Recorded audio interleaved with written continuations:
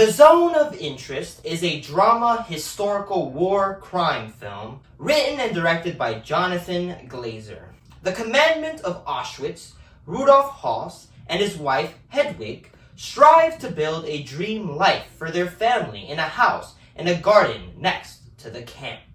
The film's runtime is 105 minutes. The film's rating is PG-13. In color, novel by Martin Amis, starring Christian Fredel. So yes, The Zone of Interest. Number one, welcome to Picture Day. Yes, this is, of course, every time I go to the movies, I call it, of course, let me explain this. It's called a Picture Day, where I go see a movie in the movie theaters. I spend most of the day, or all of it, in a movie theater. And today is, of course, where I discuss Picture Day. Damn, I'm out of breath for some reason. But yeah, Picture Day. This is, of course, 3 parts. So the part 1 is, of course, The Zone of Interest, which I saw it in cinemas for the first time this Thursday. And I went to this movie not knowing much. All I saw was, I guess, a teaser trailer, because it really doesn't show you anything of what the film's going to be or what the film's about. Let's talk about The Zone of Interest. Let's talk about this one. This is a movie that I didn't expect to talk about, because this was a movie that I didn't know what I was going into. I didn't know the kind of movie that it was, and I didn't expect the movie itself to be what it was. But I do believe this is a movie worth talking about, because this movie there's a lot in this film to discuss for a movie that really doesn't show you anything. It's not like one of those R-rated Nazi movies where you see the chaos. You very much don't see pretty much nothing of what's going on. But you can hear it all.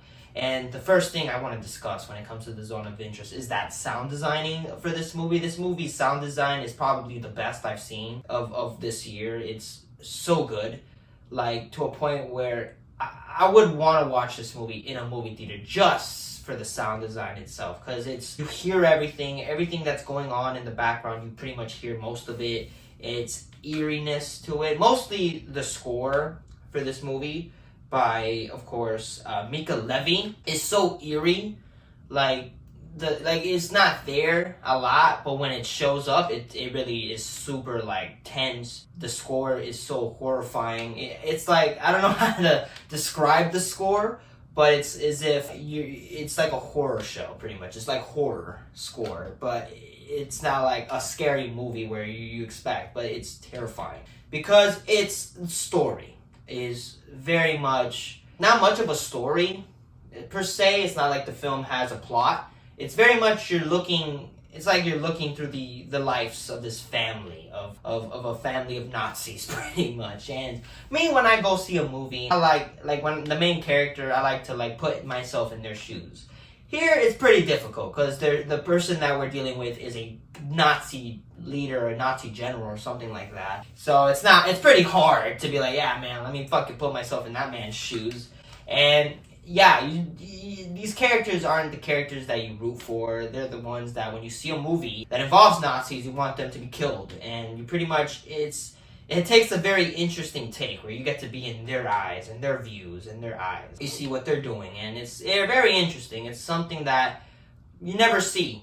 Usually when you watch a movie like this, you want to see Nazis get killed. But surprisingly here, you see the Nazis and what they're going through, their family, and their lives, their personal lives. And it's a very interesting take. What makes this very interesting is the background and what's truly going on. Because they live right next to freaking Auschwitz, the worst camp of all of the Germans. And man, it's terrifying. The sound designing is perfect, like I said, when it comes to the noises that you hear, especially towards the night, where they're just trying to go to sleep, but you can hear just the terror. And it's like you're living, like you have a house right next to hell on earth, pretty much. And it's terrifying. And when it comes, the sound design is perfect. Performances. This isn't a movie where you really look at the performances, because there's not one that really shine. It's so realistic to a point where I could believe that these people are Nazis.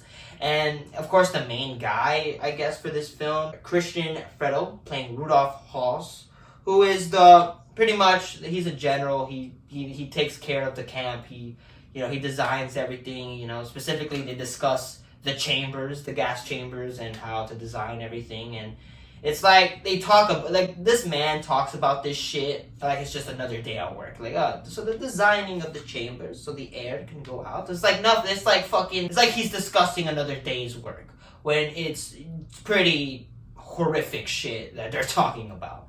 Mostly them killing the Jewish community, and it's like, wow, fuck. The man discusses it like nothing. And his life, his personal life, and he's told that he needs to go to a different camp. His family, specifically his wife, wants to stay home. And he's like, all right, I'll let it happen. I'll let it go. And because they build such a perfect life in this house.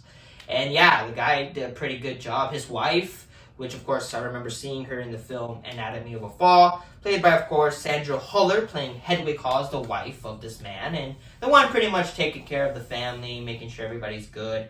And she's pretty much okay with it. Like, she's fine with this life right next to hell. She doesn't see much of it. And yeah, her performance pretty damn good, like, I guess. Like, it's not something where it's like, oh yeah, her performance is so incredible. It's just so real to a point where it's like, you know, it's not even I don't feel like it's a performance. It's like you're seeing real shit going on here. So yeah, good.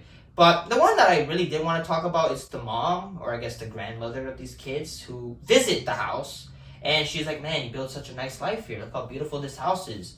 But, you know, when nighttime comes, the sounds and the horror that's going on in this camp, she's so disturbed by it, which, like, I was next to a bunch of elderly people. Like, there's no many young people watching this movie. Everybody was either older, and they were like, does she know what the hell's going on here? Like, which is an interesting take. Like, when I heard that, I was like, you know what, is that, like, she has to know what the fuck is going on here. Like, she has to know that, yeah, they're killing people here. And it's, like, it's horrifying to think. And everything about this movie is just perfectly scaled. Like, the cinematography by Lucas Zal is just great. Everything is so well shot. Costume design by Malgorzata Karpik is great. Everybody looks like they're from the Germans, and I mean, it's like the Nazis. You gotta get their outfit right, you know what I mean?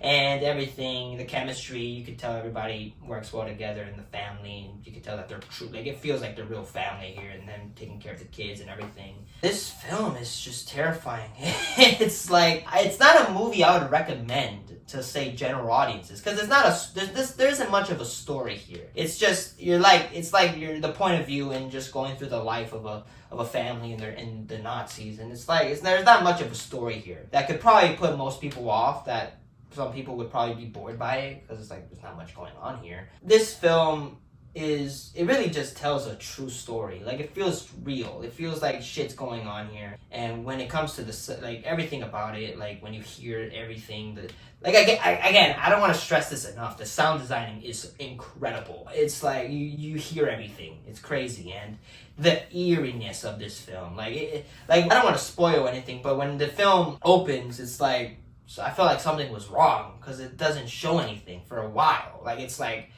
something wrong here? What the fuck is wrong with this movie? And it really is just like, oh, it's so eerie. I don't know what to say. Like, this movie has such an eeriness to it that it's, like, so disturbing. I don't know how to explain that. But the direction by Jonathan Glazer is just great. He really gives you that just tenseness of this world. And yeah, man, this film, it's a tough film. It's really not a movie that's lighthearted. It's just like, fuck it, man. And like, this is a movie that I want to see multiple times to truly discuss it in a spoiler way, because I feel like this movie, there's so much to talk about that I feel like I don't want to talk about right now, because I want people to see it. Of course, it's hard to like be like, yeah, I want to recommend it to people, because it's not a movie I'd recommend to, say, general audiences that want a good story and want to see shit go down. It's slow. It takes its time. It's not much happening most of this movie, but everything that surrounds it is what makes this movie freaking incredible in a way. And yeah, Zone of Interest. If you've not seen it, please do. You should see it. Like, if you like movies, if you love film, you should see it, because it really is it's not a movie, again, I would want to watch again, because it's like, there isn't a lot to be like, I want to see this movie again. There's so much shit. But it's so, the eeriness and the tense, and just like a horror movie without jump scares or just shit happening. It's horror, but in the background, it's an interesting thing to talk about. And I really didn't want to talk about this movie because I didn't expect this movie to be that much at all. But it was a lot to talk about.